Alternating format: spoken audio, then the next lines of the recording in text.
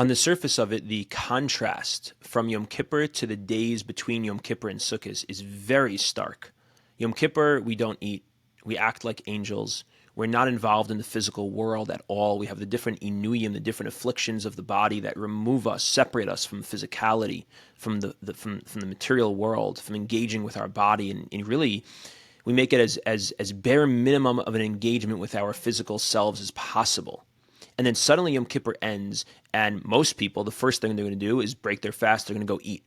But it doesn't stop there, because then for the next few days, most people are very busy, very focused on getting a sukkah together, which is very entrenched in the physical world. We're taking the growth of the world from the whether it's wood or it's bamboo or it's whatever it might be, but a person is engaged with their hands, with their bodies, they're building. Literally, we all become construction workers. We're building a sukkah from the physical world. And the dalan minim, which are plants, we take a lulav and an esrog, aravim hadassim, aravos hadassim, we take these physical things that grow from the earth, the most physical, and we are preparing for yontif, so we're cooking meals and preparing a lot of food and making menus and getting all these different things ready. So we go from the bare minimum of involvement with the physical world with our body to, in a sense, almost the maximum. We go all the way in. And it can feel like a very stark contrast. And it can actually be, in a sense, confusing, or it can just be dissonant. But really, they're actually very connected. It's not really a stark contrast per se, as much as it is a continuity. It's a process.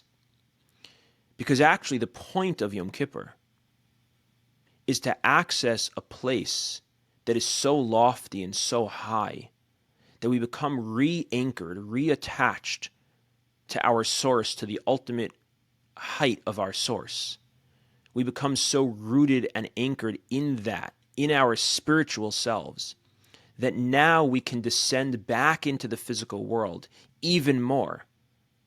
And we can show and we can engage in the physical world in a way that the physical is actually a greater revelation of spirituality than spirituality itself.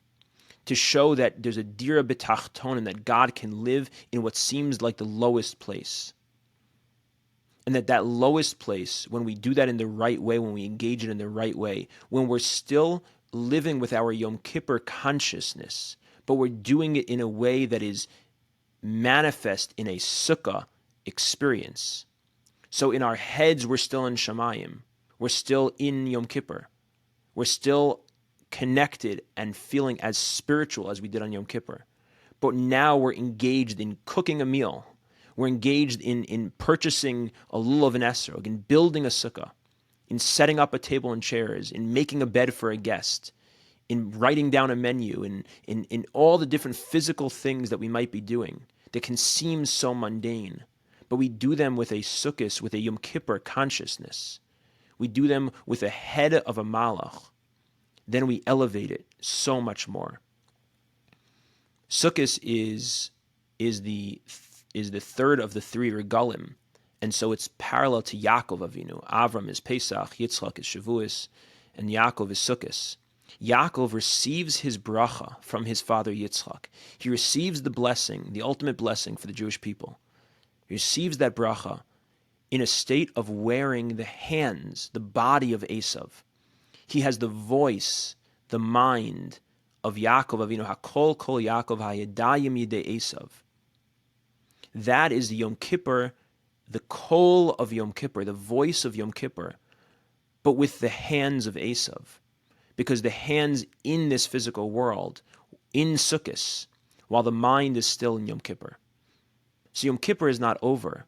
It's not a contrast. It's a continuity. It's a process. We attach ourselves so strongly to Hashem in a purely spiritual Yom Kippur so that we can now descend into the physical world to reveal an even greater, even higher level of spirituality from within the physical world in these days that we prepare for Sukkot and then ultimately celebrate Sukkot. And so in all these seemingly very mundane preparations, a person can realize that they're actually doing an even greater avoda, an even greater form of connection to Hashem than they were on Yom Kippur itself.